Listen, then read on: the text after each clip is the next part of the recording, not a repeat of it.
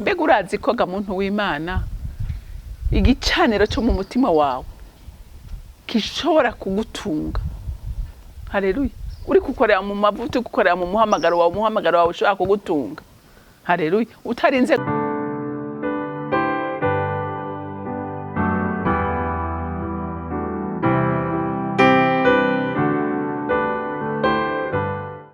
bakunze ba CANAAN TV, ndanezerewe kandi gusubira guhura namwe ngo tuganire ijambo ry'Imana.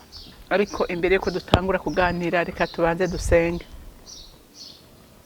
Nje imbere yawe Mwami Imana kuri uyu munsi mwiza, igitondo cy'umugisha duhaye.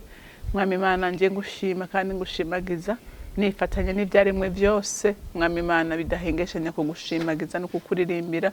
Oh haleluya. Ndetse n'abamarayika mu ijuru n'abakerubi n'abaserafi ntibahengeshanya kukwikubita imbere bagutazira bavuga ngo urera urera urera Mana. Natwe mwisi reka twifatanye nawe tuvuge ngo uri mwiza, uri mwiza, uri gitangaza, uragororotse, umeze nk'abantu kandi ukora nk'Imana, kandi abana bawe iyo basenga batega ugutwi ukabumva ukabagirira neza.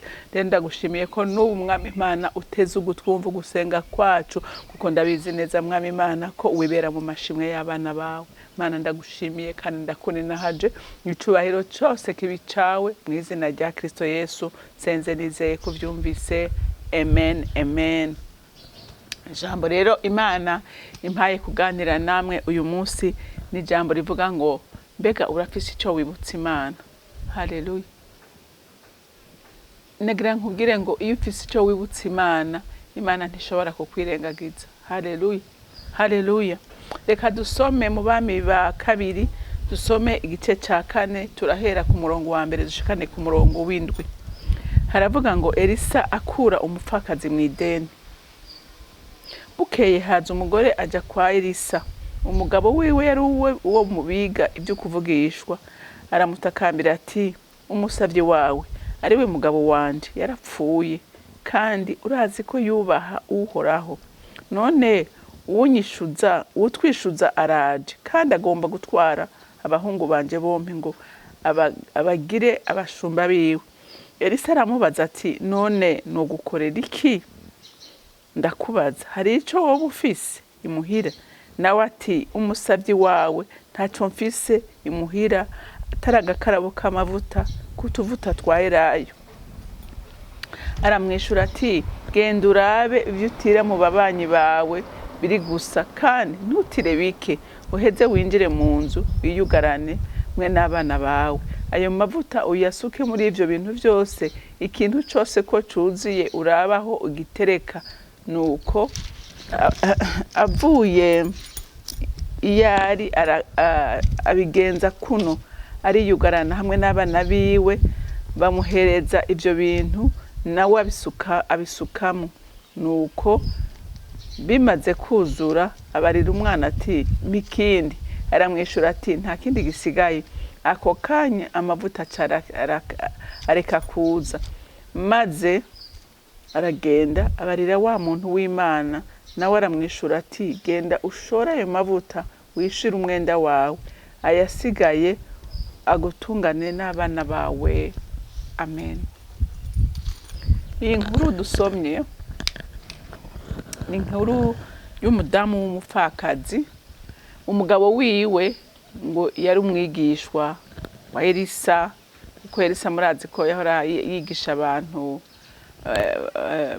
babavugishwa. Nawe rero yari muri iryo shure, kandi ngo yari umuntu yubaha Imana. Hamara apfa afise ideni. Hanyuma umuntu yaraheranye aza kwishuza umugore wiwe. Aramubara, turaze yuko umugabo wawe yapfuye amfitiye ideni. Ati, none ihute unyishura ideni ryanje. Umugore murumva ko ataco yarafise, ntaco umugabo yamusigiye. Haleluya. Mu bigaragara ntaco yamusigiye, ariko yari yamusigiye igikomeye. Haleluya. Yamusigiye igikomeye, kuko murumva ko ari umuntu yubaha Imana. Haleluya. Murumva ko umwana w'umugororotsi ntazopfa rubi. Haleluya. Kuko Imana iramwitwararika. Uyu mugore kandi icyo namukundiye, n'umugore yamenye ahahungira. Haleluya. N'umudamu yamenye ahahungira. Aravuga ati ko bimeze kose, umugabo wanje yarapfuye, umugabo wanje yubaha Imana, reka mpungire munsi y'ibiganza by'Uhoraho. Haleluya. Mpungire mu maboko y'umukozi w'Imana, ntaburi cyankorera kugira ngo ankure muri uyu mwenda. Haleluya. Amenya ahahungira. Uyu mugore yari gushaka kumubwira ati reka twumvikane. Hari naho umugabo yamupropose ibindi, ariko baravuga ati uko bimeze kose umugabo wanje yakoreye Imana, sinshobora ko bantwara abana banje, ntibikunda. Aravuga ati ndafise ico nibutsa Imana, ndayibutsa ibikorwa byiza umugabo wanje yakoze, ndamwibuka ubwitange bwiwe. Haleluya. Reka ndavyibutsa Imana. Ngo acaragenda kwa Elisa, aramara ati muntu w'Imana, uranzi jewe umugabo wanje, urazi ko yari umwigishwa wawe, urazi ko yubaha Imana, ati none yapfuye asigaye ideni, ati none abanyishuza baraje, ati ubu yambwiye ko atwara abana banje b'abahungu babiri kugira ngo bagende kumubera abaja. Inga nkubwire muntu w'Imana, birashoboka ko hari umuryango w'ubure ku buzima bwawe, cyangwa hariho n'uwundi muryango Satani yinjiriyemwo, yinjiriyemwo we utanazi. Mbega murazi ko hari ibyago bishobora kukuza ko utavyikwegeye? Birashoboka. Ariko nagira ndakubwire ngo uko bimeze kose, ntudiringe na Satani. Oya, ntunegosye na Satani. Igihe cyose uri kunegosya mu bintu bitari byo, menya ngo uri kunegosya na Satani. Uyu mugore aravuga ati ntibikunda, jewe reka ngende ku mukozi w'Imana. Haleluya.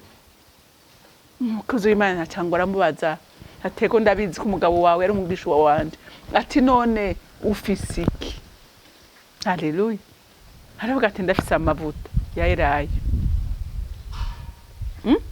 Ati ndafise amavuta. Mbega urazi ko ga muntu w'Imana, igicaniro cyo mu mutima wawe kishobora kugutunga. Haleluya. Uri kukorera mu mavuta, gukorera mu muhamagaro wawe ushaka kugutunga. Haleluya. Utarinze guhemuka.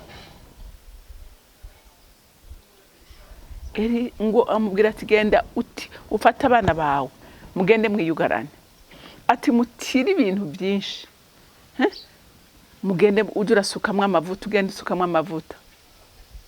Wa mudamu ngo aragenda ariyugarana. Haleluya. Ariyugarana. Mbega wewe uyu munsi abana bawe uri kubatoza indoro nke? Reka bariyugaranye barasenga Imana, bahamagara Imana. Imana isuka umugisha wayo. Haleluya. Mbega iyo badakora nk'uko ababwiye mwaza ko byari gukunda? Hari n'abantu bagararizwa ijwi ry'Imana bakarigarariza. Imana idufasha. Ngo hanyuma ngo baragenda, ngo asuka yuzura. Ngo hamabwira umwana ati nzanira, ati nta gisigaye. Umwana ati byaheze. Uyu mudamu icara kundi yasubiye kwa Elisa, ati amavuta yuzuye, ati none ndabigenze gute? Aramubwira ati genda ufate udandaze ayakwiranye n'iryo deni wishure, ati hama yasigaye agutungane n'abana bawe. Haleluya. Haleluya. Uyu mudamu Imana imuhezagire. Imana imuhezagire. Mu bupfakazi bwiwe ntiyandaritse, mu bupfakazi bwiwe ntiyihevye. Yasenze Imana. Imana ihagararana nawe, imurihira ideni, imuha n'ivyo gutunga umwana wiwe. Haleluya. N'uyu munsi ari abapfakazi bihagararako, ntibiyandagaze, ntibiyanduze, bagahagarara bakarera abana babo mu rupfasoni. Imana igahagarara nawe, Imana ikabatera iteka. Haleluya.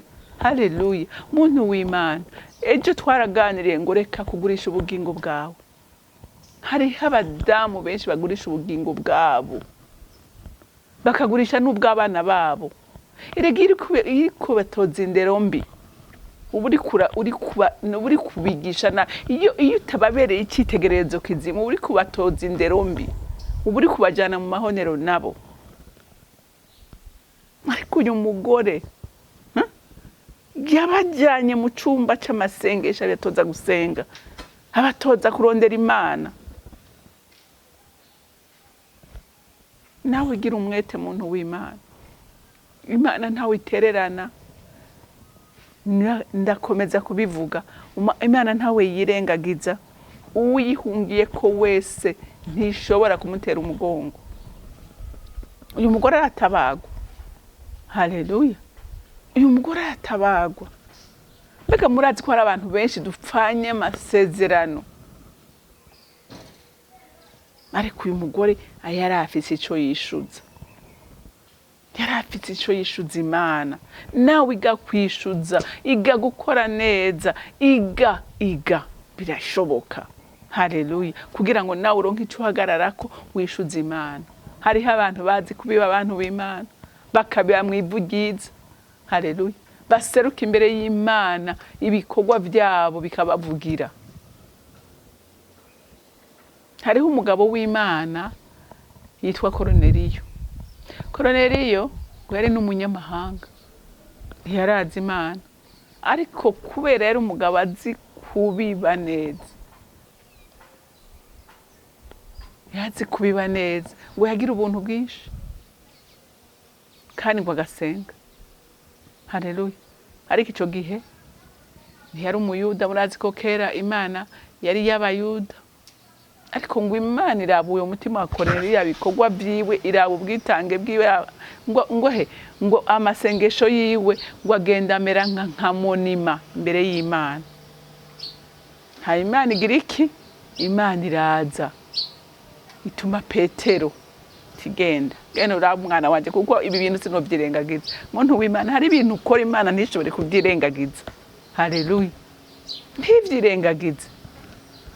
Na Petero ngo aratangara, abonye ingene aba bagabo mpemu yera, buzuye mpemu yera, ngo aratangara ati sinarinzi ko abanyamahanga nabo Imana ishobora kubagirira ibintu nk'ibi. Haleluya. Rero muntu w'Imana, ukomeze kose ukuri kose dukuri, gira umwete. Nzokwama ndakivuga, gira umwete. Gira umwete, uzotabagwa, uzogirirwa neza, kuko Imana ntishobora guhemukira abantu bayo. Oya, kandi ntishobora kugira ideni ry'umwana w'umuntu. Rero Imana yo mu ijuru ibampera umugisha. Imana y'imbabazi n'urukundo, uri igitangaza nyaguhoraho. Ntuzi guhemuka, ntuzi no kubesha. Abakora neza Mwami, n'ukuri urabashigikira muri byose, kandi n'abakurondera Mwami Imana ntushobora kubihisha. Shimagizwa Mwami Imana ko natwebwe nk'abana bawe bururunganwe udashobora kutwirengagiza. Nturahinduka uko wakorera kera, abakera natwebwe ni kidukorera, kuko we ntuzi guhinduka, ntuzi gihundurwa n'ibihe, uhora uri umwizigirwa iminsi yose. Ndagushimiye, ndakuninahaje, izina ryawe rikomeze gushimwa no kubahwa na bose, mu izina rya Kristo Yesu senze nizeye ko byumvise. Amen, amen. Mwarahezagiwe, mugira umunsi mwiza.